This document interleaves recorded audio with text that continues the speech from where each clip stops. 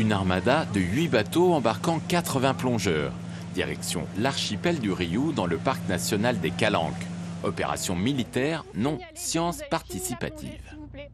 Dans l'idée, c'est d'essayer de palmer, d'aller vers ce côté-là et d'explorer cette zone où on n'a pas l'habitude d'avoir des données.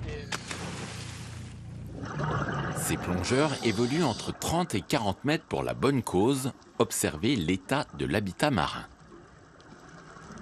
Les données qu'ils vont récolter vont pouvoir complémenter des études scientifiques, elles vont pouvoir aider les gestionnaires d'espaces naturels à avoir plus de données et plus de connaissances. Et en plus, ça permet aux plongeurs citoyens de se sensibiliser à leur milieu et de pouvoir suivre comme ça leur site de plongée. L'objet de leur attention, ce sont les gorgones rouges. Taille, état de santé, des coraux comptés et scrutés sous toutes les coutures par ces scientifiques d'un jour. C'est pas si compliqué parce que les espèces peuvent se différencier quand même assez facilement. Et dans une zone à une profondeur donnée, ça élimine déjà pas mal de paramètres où il va pas y avoir toutes les espèces au même endroit. C'est un moyen d'aider les scientifiques à suivre ce qui se passe dans la mer dans laquelle on plonge tous les jours.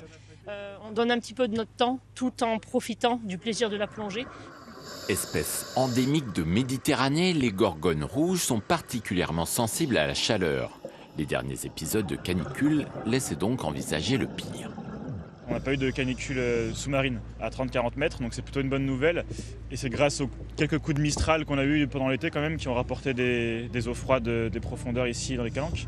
On a encore des populations qui sont assez denses de gorgones rouges et qui vont plutôt pas mal. Bonne nouvelle et surtout bon bilan, sur une soixantaine de palanquets, plus de 3200 gorgones ont été recensées et peu de mortalité récente constatée.